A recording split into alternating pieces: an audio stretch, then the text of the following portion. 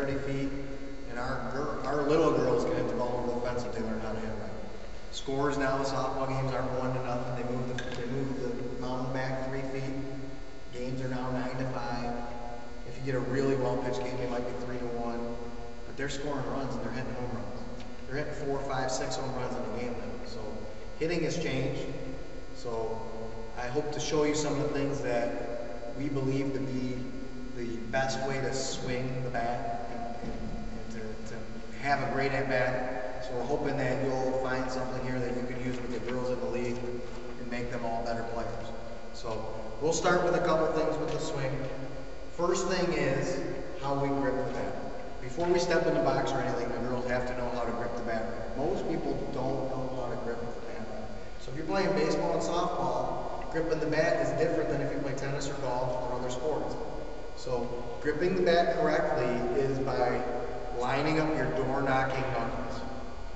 So you put your one hand on the bat, you put your second hand on the bat, and it looks like this. And to test it, you do this. You should point straight. If they're like this, no good. If they're like this, extremely no good. This is hulking the bat. You don't want them to hulk it. Now I'm tight, I feel tight. Tight is bad. We want to be loose. So line up your door knocking knuckles. Be careful of this. Once you teach them how to do this, they've swung the bat for a few years. You know, some of these kids might have swung a bat since they're 2 years old. They're used to gripping the bat wrong. Their brain's not used to this. It's going to tell you if you grab something, even though it might be the right way, if you've been doing it wrong your whole life, your brain thinks it's wrong. It doesn't feel good. So when they get in the box, you tell them to check their grip. They go to line up, they go to hit, and now they're already like this. So they were here, but they turned it in like this. So we got to be very careful that they do this the right way. So this is really, really important. We want to make sure that they're in the box the right way as long as we can get them to do it. We really want them to get that grip right. And if they do it a few hundred times, it may even take as much as 1,000 times sometimes. Some people have told me it takes 3,000 times to defeat muscle memory. Your muscles get used to doing it the wrong way. You have to do it quite a few times the right way to learn how to do it. So it's really important that we get them to do this right by practicing. So the next thing is to get in the box and how to get in the box the right way. All right, first thing we have to do is we have to be able to reach the outside corner. So the first thing they should do is be able to touch the outside corner without reaching all the way out. So without punching over, they should be able to touch the outside corner. That means when I go to swing, if the pitch is outside, my sweet spot will be right over where I got to hit that outside pitch. If the pitch is inside, I can still get there from standing at that spot. If I'm here and I can only get to this spot, I have to take a bad swing to reach that pitch, or I might not even be able to reach that pitch. So I have to have plate coverage. That's another important thing. At a young age, like we just had some of the 7 and 10s in the last group, those 7 and 10-year-olds, unfortunately, they're a little bit afraid of the ball. But for them to have plate coverage, they also got to get closer to that plate because they can't cover the plate. So they're in a lose-lose situation sometimes. They're afraid of the ball, but to hit, they got to be closer to the plate. So the other thing, when we step into the box, our feet should be equal size. So they should be squared up to the plate like this. We see kids that do this all the time. This is bad news. So we don't want to be pigeon-toed. We don't want 1 foot like this and 1 foot like that. We don't want 1 foot like this and 1 foot like that. We also don't want them to be open, and we don't want them to be closed. If they get to the point in their life when they're 21 years old and they're playing like at the University of Missouri, and their professional hitting coach, who gets paid a lot of money to coach at the University of Missouri, says that they should do that, then they probably should do that. Until that time, they should be balanced. Don't have anybody joke around with opening and closing because that creates movement. I have to add a step to the swing. We don't have time to do that at this age. So we really don't want them to do that. So closing it up is even worse because a lot of them can't get their hips to the ball. So we want to make sure they're not doing it on their own. And we want to make sure that you're not teaching them. Because those are bad things for the swing. The other thing when we're working on a tee before I get into other parts of the swing is how we hit off a tee correctly. If you hit off a tee incorrectly, you could be learning terrible habits. You always, not always, but for the most part, you want that tee to be in line with your front foot to knee, front knee. A lot of kids get right up to the tee like this, and then they go like this, then they stop. Now look where the ball's at. I'm hitting the ball way back here.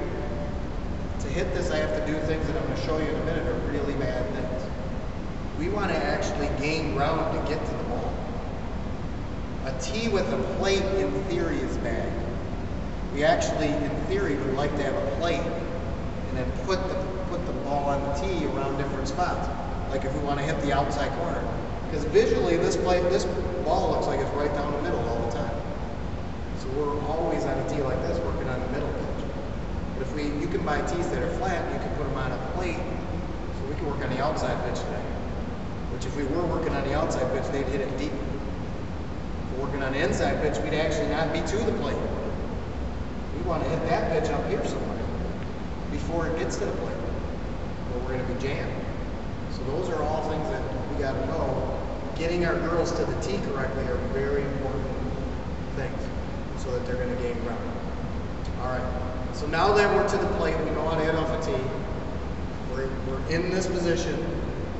A couple unquestionable truths that I found out hitting. 100% of Major League Baseball players end up in this position when they load. So when I get to the load, I want to show you the attack angle is the same for every major leaguer. Every major leaguer and pro softball player, like the good college softball players, they all start different. They look different here. Some have bent knees. The knees are always inside the feet, by the way. You're never back here. Your knees can't be outside your feet. That's unathletic. So we're here. We're in this position somehow. We bend a little bit, and then we do something we call the load. We load. There are several kinds of loads, all right? These are the types of loads that are taught by most people. I don't necessarily teach them. If a kid does this load right here, I won't stop them because I think they can hit for power that way. But some people don't like it in softball when they leg lift. So some girls will leg lift when they hit. You might have one on your team, you might have four on your team. I wouldn't prohibit them from doing that at first. Just make sure if they leg lift, they're not landing like this. Make sure they land pointing, if they're right-handed, towards the first base coach. If they're left-handed, pointing towards the third base coach. Really important.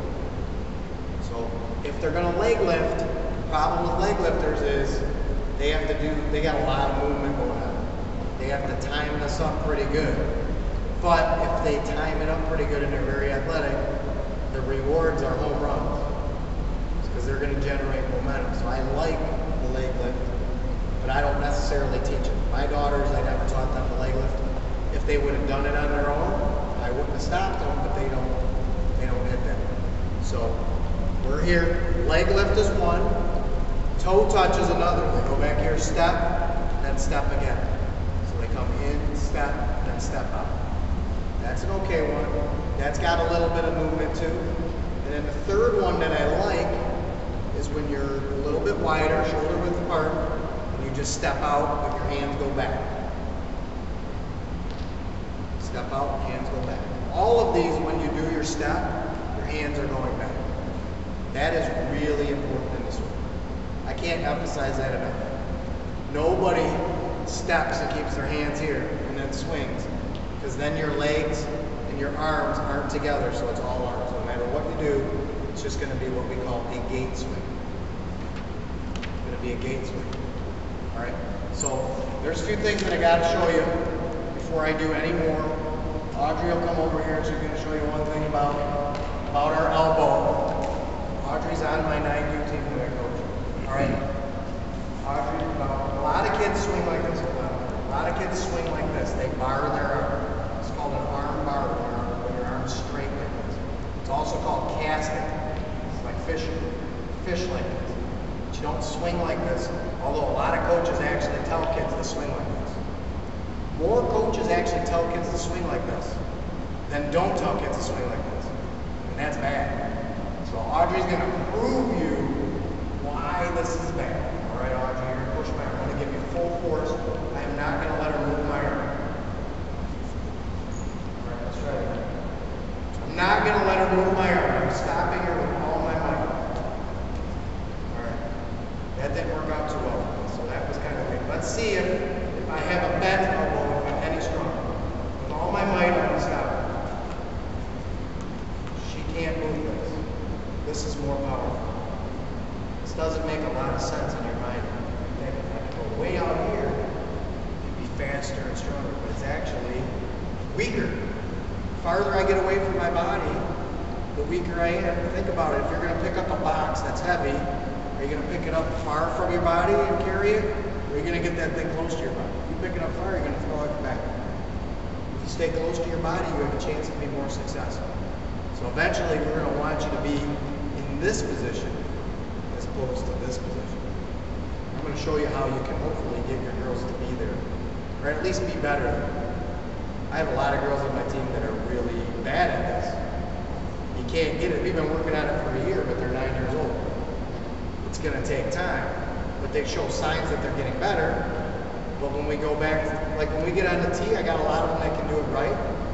And then when the pitcher comes in, they revert to some of their old habits. We just got to trust that in the drills that we do, we're teaching them right, and they're going to get it. You just got to stay with the course, and don't worry about it, because they will eventually feel comfortable.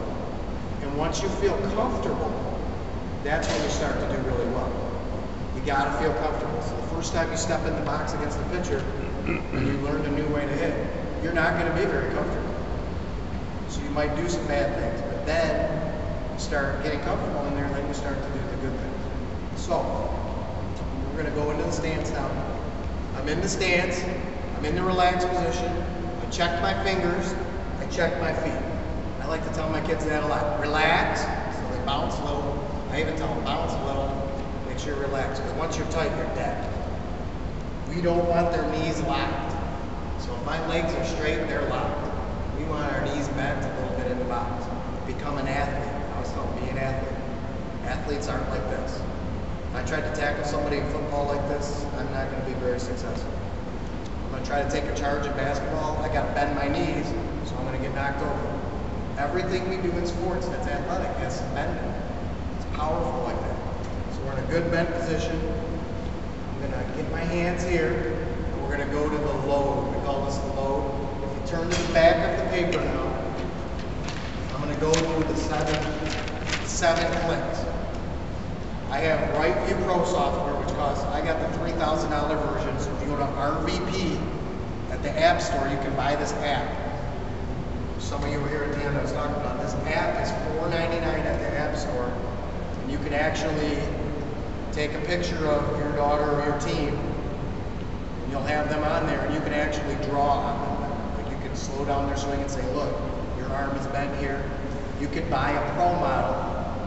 You could, for $2.99, I think, you could get a pro softball player. You could put them side by side, split the screen, and you could show your daughter, okay, this is you, this is the pro.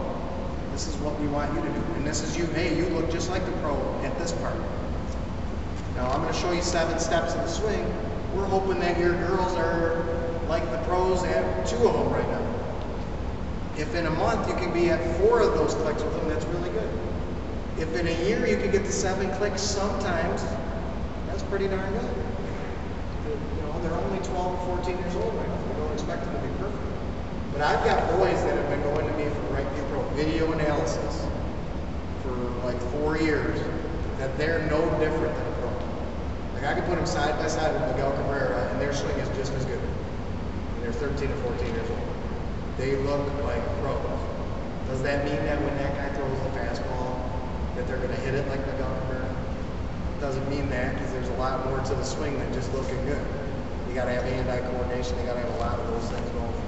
So there's a lot more to the swing than just it being right. But if you have a good looking swing and we get all that right, I know you're going to be more successful than if you have a bad one. So that's what we're trying to do, is get you to these those. All right, so we get in the stance, which I've talked about. I spent a lot of time on already, but I think that's so important. So we got that part. Now we go to that load. So I'm going to use that third load that I showed you. There's a fourth one I'm going to tell you about real quick. A lot of girls do this. They start with their foot up, and all they do is they don't really load. That's their load. They do that. The problem with this is they end up staying back. They don't really gain any ground. The pitcher's going to stand on the mound.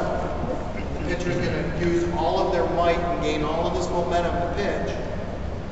So as a hitter, I believe that we as a hitter got to get some momentum and hit too. Like all major leaguers do, with the exception of like 10. There's some big leaguers that get wide, but they also have arms that are as big as my legs. And they're really strong. Like Albert Pujols, a big strong guy. He can just do this and he can hit with his muscles a home run. But our little 11 and 12-year-old girls, they can't hit home runs by just using their arms. They got to use all of their muscles to hit it out. So that's what we're trying to get them to do. So I don't allow that. I make my girls step a little bit. So we call that gaining ground. So we're going to load and gain ground. And when we load, watch my bat angle. So we call this getting to the attack position at the end. So attack position. So attack. So I tell them attack. When I attack, you see my bat angle? It's right here. This is where 100% of the major leaguers look alike. Like all big leaguers look different right when they get in the box and they stand. Some people are like here, some people are twirling their bat, some are relaxed on the shoulder. None start right here. Some little girls start right here. They get tight right away. We want them to relax and load to the attack position. My shoulder's pointing at the second baseman if I'm a righty. I don't want to be straight, and I don't want to be level. This should be tilted a little bit. See a little bit of tilt? That's really important. If I get too much tilt, that's bad. So it's a happy medium. If I don't tilt at all, my shoulder goes out early, and then I end up barring like I just showed you bad. So if my shoulder comes out, my arm bars. That loses all the power. So that's a bad thing. So we want to get a little tilt. We want bat angle. Alright. How we get them to get this bat angle is I usually get 3 girls at a time and I tell them to go to the attack position and I go and I look at them and usually I get 0% that do it right at first. And I've never seen, other than the people I train hitting with, I've never seen any coach emphasize this part of the swing. Even though every major leaguer and all the softball players I see look like this at the higher level. I never see anybody teach it. So I think it's really important to teach this part of the swing.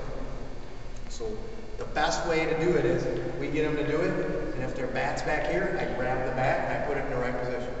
Then we tell them to do it again, and the bat's back there, and I put it in the right position. I tell them to look. Then I tell them what you need to do is go in your bathroom at home, or if you have a mirror in your room, you need to look in a mirror and do this.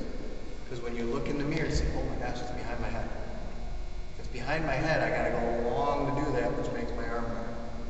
So I want to be somewhere in here, and I want to be pointing my shoulder towards the second baseman. These are things they can see in the mirror if you tell them how to do it the right way. It's really important though. If you look at Major League, if you go tonight and you look at images online of the big leaguers, you'll see that this is the way they do it. If you go to the Right View Pro website, you'll see them. So they're out there for you to see. I'm not making this stuff up. I've got hundreds of models on my computer that I can show you to prove it. So this is super important. When I land on my toe. My heel is up.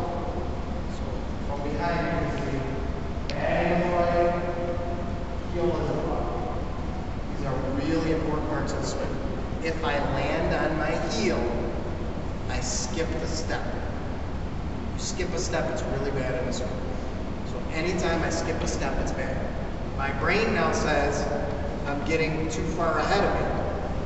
So in order to do it, your brain has to catch up. So in order to catch up, your brain actually slows down your swing and it makes you bar your arm. Your brain says, okay, we're going too fast. Let's slow down. When in theory, we want to be going fast at the ball. So we can wait to go. We want to go slow, slow, slow, slow, fast. Our brain gets us to to go sometimes, we end up going fast, then it goes slow, slow, slow. And that's bad. So we don't want that. So we're going to land on our toe. And the next thing I tell the kids to do is smash. So we're here, we're in this position, smash. This is where, once we go to load, we never have two heels on the ground at the same time, ever again, in the swing. So on a toe, smash. So I started my hips. This is the beginning of my hips when I start to flip this heel up low. My bat head is down from this angle to straight here. So I'll do it again from here in. Attack, smash. Attack, smash. So I started to come forward just a little bit. Really important part of the swing. Alright, so we go attack, smash. The next step we use, with the boys we call this the $1 million move. The $1 million move. This is really important. $1 million move because the guys who do this the best get paid millions of dollars. So we tell the boys that when they're growing up, that they gotta do that. The girls we call this move rock the baby. Because you rock a baby close to your body. If you get out here, you would drop the baby. So they don't want to drop the baby, that'd be bad for the baby. So we're going to rock the baby with this move. So we go attack, smash, rock the baby. So rock the baby, we're going to move our hands really fast right here. So we know this, my hands and my legs and everything are separate right now. When I go back, they're not all going together. We're not twisting. We're not all one unit. They're all separate. My legs are separate. My hips are separate. My arms are separate right now. When we hit, we're going to try to get the legs, hips, and arms to get all together at the ball. That's how we use all the force of our body. That's not easy. That's the hard part about hitting, chaining this all together. So we go low, smash, rock the baby, rock the baby. My elbows bent. We talked about that already. My bat is still higher than my hands. We don't want this. You're going to see this if you videotape your kids, a lot of this. Anytime they go back here when they load and stop, every time they stop, almost every kid drops. Stop, drop, drag, back. We don't want to stop. So think about it like this when you swing. Your hands move back, and they gradually go back slow, slow, slow, slow, slow. They never stop, really. If I'm going to go, they actually just start to go forward. The best hitters do that the best. They go slow, slow, slow, slow, fast. You never really stop. If you stop, some girls do this right away. Then they usually drop. Just like throwing, we talked about throwing yesterday. Some kids get the ball up here right away. Then they throw, then they just push the ball. We're just going to be pushing the ball with the bat like this. We're not going to be driving the ball. So it's important to try to learn to get this right. So we're going to go from here, on that, attack, smash, rock the baby. My knee is slightly bent on the front right now. So you can see, I'm slightly bent. My foot is almost in the right position. I'm one step away from hitting now. I'm at rock the baby. The next step is called contact. Contact. I tighten up my front leg. We call the shoelaces to the ground. I get really firm. Firm front side. This looks like an L. So we should look like an L. And we should be flipped here, shoelace to the ground. If you get a really good hitter at 12 and 14, you might be able to see some of these. On my 10U team, I got a couple girls that do this well. You get here, it's called a power surge. So when they hit, they actually have so much momentum that they kind of roll over to the outside of that angle. That's good.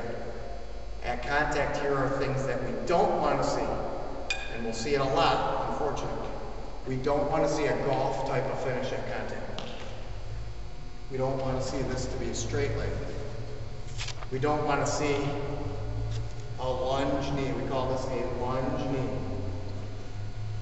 That's bad because we have no leg power in those swings. So those are things we're trying to avoid in the swing. So these are all things you'll be able to see when you have your hitters. So if you watch for these things, that's why I'm kind of breaking it down for you like this. These are things to watch out for. And then I'll show you a few drills of how to fix this in a minute. So, we get to contact. We've been saying smooth, slow, slow, slow, fast, fast, fast. We want to be loose, loose, loose. Everything is loose until we hit. At the moment that we go here, we say tight. That's the only time we get tight. We want to be tight at contact. So that's when we're tight. After contact, we only have 2 parts left of the swing. So we get to here, we're hitting the ball. We want to try to hit the inside of the ball, not the outside. If we hit the outside, we're doing this. So we want to be here, elbows in. After contact, we are going to go to extension. So I tell the girls to go extend. We're going to point right at the center field. We want them to get here. A lot of them are going to roll over at this point. They're going to be in a bad position. So we want to get to extension. So that's the next step. We want to drive through the ball to center field. And then the step after that, finish high. Tell them to finish high. You can finish with one hand, or you can finish with 2 hands. If you watch Major League Baseball, 3 out of 4 people finish with one.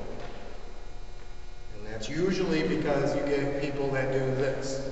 If they roll over, the easiest way to fix that is to have them hit the ball and then release and finish high.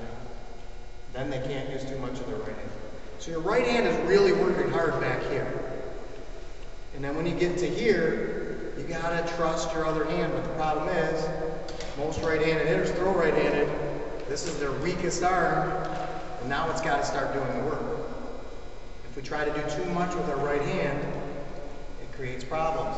And this makes us put top spin on the ball. We hit the top of the ball. And that makes us hit, if you hit the top of the ball, you're gonna hit ground balls.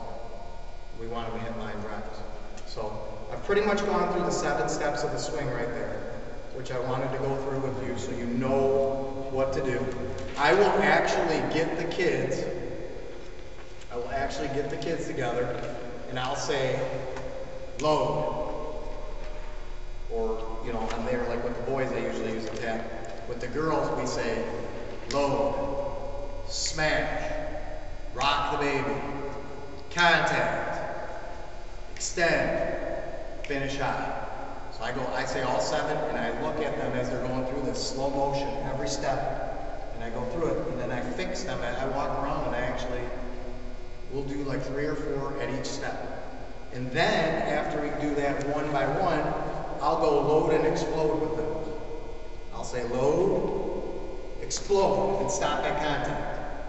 I'll go load and explode, and I want you to stop at rock the baby, because we want to see where you're at, if you're here or if you're out here. I'll say load and extend, so you want to hit through it and stop at extension. We'll tell them all. And you got to do a lot of dry swings. Dry swings are just swings without hitting anything. So you can get them all around in a big circle. You can say, okay, visualize we're hitting a low pitch. They should be there. Visualize we're hitting a high pitch. They'd be there. You can have them visualize swings at these pitches, and then you can look around and see where they're at. And at contact, for the most part, we want their hands palm up. This hand should be palm up. This hand should be palm down. So palm up, palm down at contact. And the bat should be slightly below our hands. Slightly below our hands so we can square it up and hit a line drive. And we don't want the bat way out here. We want it right in here. That's our power position. All right? So that is